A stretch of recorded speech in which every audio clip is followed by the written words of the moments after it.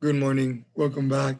Today we're going to be talking about American Revolution, Day 6. Remember that if you're not going to be attending my live session, to click on the link where it says Nearpod Day 6 so that you may complete my live session and you can get credit for today. Today we'll be talking about the Boston Massacre.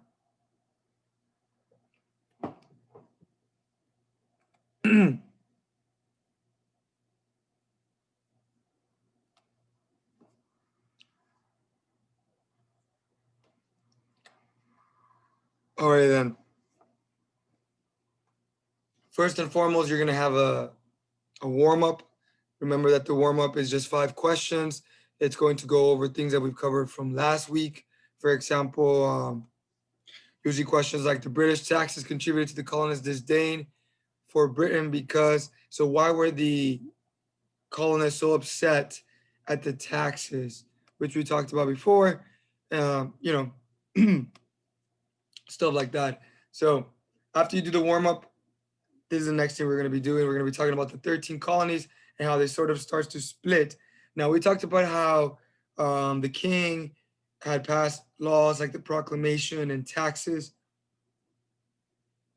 and that had upset the colonists.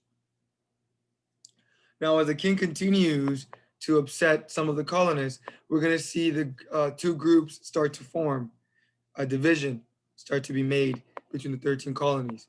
And on one side, you'll have the patriots, and on the other side, you'll have the loyalists. The patriots are against the king. Okay, these are the people that are protesting and are boycotting British goods. They're also groups that you can think of are like the Sons of Liberty, the men who were tarring and feathering tax collectors. So those are the patriots. There are people that are against the king, against no taxation. Oh, sorry, for no taxation without representation. So who is against no taxation without representation? Who is supporting the king? Those are the loyalists. Now, the loyalists are the other group of people that will also be in the 13 colonies, and they will feel that the king is doing what he's supposed to be doing. They are going to be supporting the king and his decisions, and they're going to be totally against the patriots. So that's what they're called loyalists, because they're loyal to the king. So today we're going to be talking about the Boston Massacre. So in early 1770, right, we're fast forwarding the taxes that have upset the colonists, like the Sugar Act, the Townshend Act, the Stamp Act. Now we're going to talk about violent events that will also upset the 13 colonies. All right. And just so you understand the tensions in the 13 colonies because of the taxes and the protesting going on. So, like I said, tensions ran really high in Boston. Things were really heated in Boston. There was more than 2,000 soldiers from the crown, from King George, patrolling Boston and making sure that the colonists were following the laws and paying their taxes. So they were policing the 13 colonies. The American colonists are going to continue to rebel, even with all those soldiers there. They're going to continue to protest the taxes, and they will continue to tell the king no taxation without representation, which means, guys, that no taxes without a vote, without a voice. Okay, so fight between the colonists and the British soldiers is very common. Things are heated, all right? Things are being said between the soldiers and the colonists, and sometimes that leads to violent affair. As you remember, the Sons of Liberty are a group of colonists that are protesting the king. They're against the king, and they will often vandalize stores that are selling British goods. So they're going to tag and destroy stores that support the king.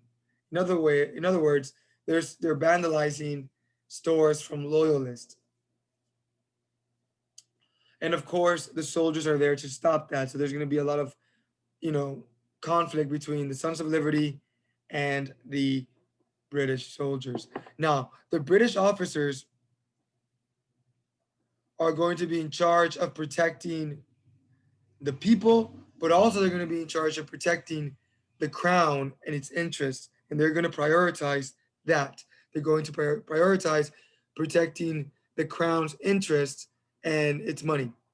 So tensions get really high after a British officer accidentally, while trying to break up a fight, kills an 18-year-old boy by the name of Christopher Sider.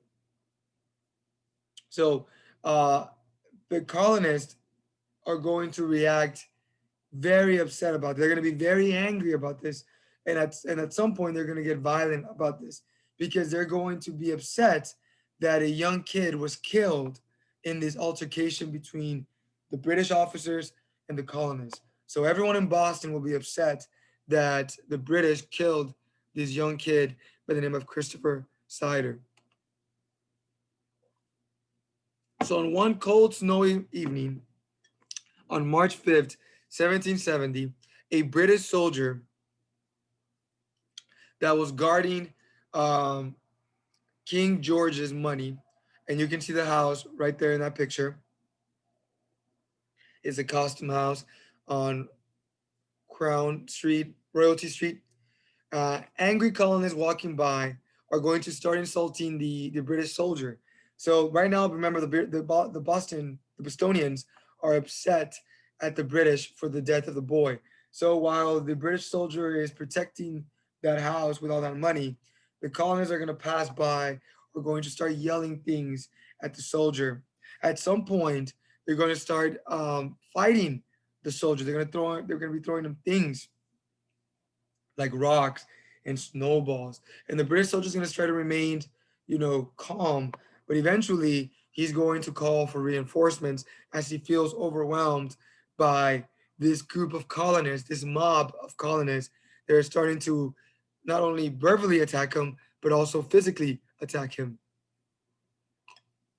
At that point, the alarms will be rung, and British officers will come to the defense of the British soldier that was protecting that house with the money. And they're going to try to control the colonists. There are the mob of angry colonists that are throwing snow and pebbles to the soldiers. Captain Thomas Preston will arrive on the scene with several soldiers and take up a defensive position. Again, they're trying to protect the king's money while also controlling the colonists and their anger. The mob of colonists will continue to attack the soldiers with sticks and stones. Now, what happens next differs. The colonists say one thing and the British soldiers say another. What is for certain is that there will be a violent physical altercation after the after this. So, according to the story, someone supposedly says fire, and British soldiers begin to fire their gun at the colonists.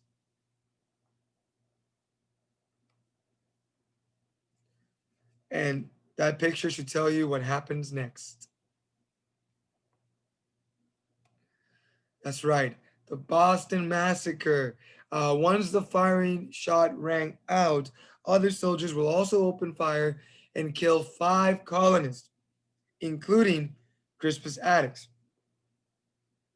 So at the end of this event, 5 people will die, including the first casualty of the American Revolution, Crispus Attucks, who was an African American man who had escaped slavery and lived in Boston for most of his life as a sailor and a rope maker. He was one of those guys that was yelling things at the British soldiers, and when they opened fire, he just happened to be at the wrong place at the wrong time.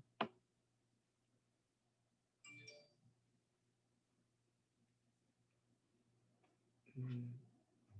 Okay. In the slide collaboration, I want you to look at the picture and tell me what you see. Right? This is called the Bloody Massacre, and it was created by Paul Revere to sort of paint a very dark picture of the British soldiers. So pay attention to the details. Where's Crispus Attucks here? Was it really a massacre? Was it really something that horrible? Was it really the British officers' fault? All right. Like I mentioned before, there's going to be a lot of um, negative feedback after that night, after those 5 people die. Patriots like Paul Revere are going to encourage anti British attitudes by making popular a drawing of the event. This is what we know as propaganda, when you push an agenda or a motive. In this case, the Patriots and Paul Revere were pushing the agenda of anti British. Like the British are the villains, the British are the bad guys. Look at what the British are doing to us. And he called this drawing the Bloody Massacre. And if you look at the drawing, it showed the British soldiers as vicious, evil men, and the colonists as his poor victims that were just there, you know? It shows them as people that were, innocent in a way. You see no Crispus Attucks, no African American there. I wonder why. So the question remains: is Paul Revere telling the truth? Is this propaganda accurate? If you, based on what you know now of the event, do you agree with Paul Revere's description of that event? Do you think that he was telling us the truth? That he was telling the 13 colonies the truth? Now, because of this, a lot of colonists, the drawings, Paul Revere, the Patriots, a lot of people are going to be against the British soldiers. And if you remember the story and how I told you, it is clear that the colonists instigated that event. They pushed the British soldiers to the edge, and the British soldiers felt attacked, so they only responded to the attacks of the colonists. It wasn't one sided, right? So, Preston and the other soldiers involved in the Boston Massacre were brought to trial. Unfortunately for the British soldiers, the trial is in Boston, where everyone is sort of angry at them. They're mad at them. So there's going to be a lot of people that want these soldiers to pay the ultimate price, which is killing them. Capital punishment. Capital punishment. All right. So uh, in comes John Adams. Now, John Adams is something that we're going to be talking about for a very long time during the American Revolution and after. He will become your second president. But before he becomes your second president, John Adams was a hard patriot. He believed that the king and his taxes and his laws were totally against what British law stood for, what the 13 colonies stood for. So he's going to be against the king, but he's going to risk his family to defend the British soldiers in Boston courtroom. So why would John Adams, this lawyer, this patriot, defend the British soldiers? He's against the king. He's against the British soldiers. So why? 2 reasons. One, John Adams believed in a fair trial. He believed that these soldiers should be prosecuted fairly, that the evidence should point whether or not they're innocent or guilty. No emotions. Let's just see if what the British soldiers did was illegal or legal. Were they on the right or were they not? And at the end, he will successfully protect the British soldiers. He's going to show that the British soldiers were just defending themselves and that truly it was an accident. They didn't mean for that to happen. So ultimately, the real reason that John Adams was trying to do this, besides the fair trial, was that he was also trying to protect the relationship between the 13 colonies and England and King George. He understood that if this went the wrong way, because of this event, there could be a war between the king and the 13 colonies. So what John Adams will do, without knowing too well, is that he's going to stop the Revolutionary War from starting. Okay, he's going to stop it 6 years before it begins. right? So he will stop it in its tracks 6 years in advance. This is very important. We were not ready for the war. We were not ready to be united and go against the king. We needed time. So John Adams, without thinking about it, will prolong the patriot cause.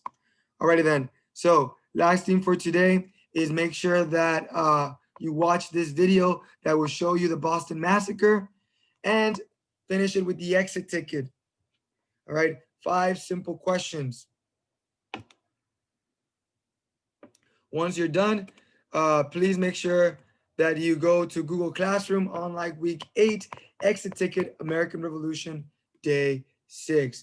Alrighty then, you guys have a lovely day. I will see you next time. If you have any questions, please feel free to contact me.